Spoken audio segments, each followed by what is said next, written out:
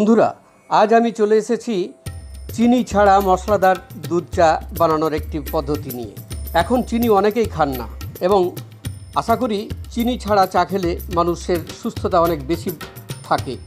পাড়ার চায়ের দোকান কিংবা ক্যাম্পাসের মামার টং দোকান থেকে শুরু করে রেস্তোরাঁর যেখানেই যান চায়ের কাপে ঝড় তোলেন বাঙালি। নানা তর্কে বিতর্ক, ঘরে বাইরে, রাজনৈতিক কিংবা আন্তর্জাতিক নানা বিষয়ে আলোচনা সমালোচনা সব কিছুই হয় চায়ের দোকান থেকে।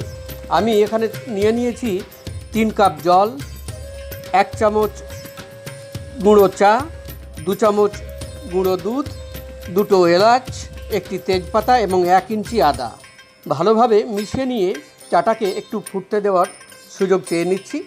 জানি চা জড়িয়ে আছে বাঙালির প্রতিক্ষণে। সারা দিন নানান স্বাদের চায়ে তৃষ্ণা মেটান চা প্রেমীরা। শুধু এখানেই নয়, চা খাওয়াটা শেখানোর জন্য ইংরেজরা কসরত কিন্তু কম করেননি।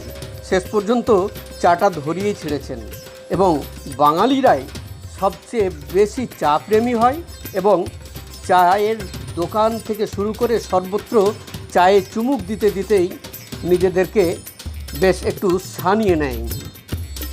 যাই হোক, কথার ফাঁকে ফাঁকে আবার চাটা তৈরি হয়ে গেছে।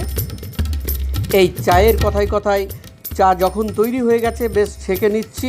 এরপরে শুধুমাত্র পরিবেশন করার পালা। ব্যাস, চা কমপ্লিট।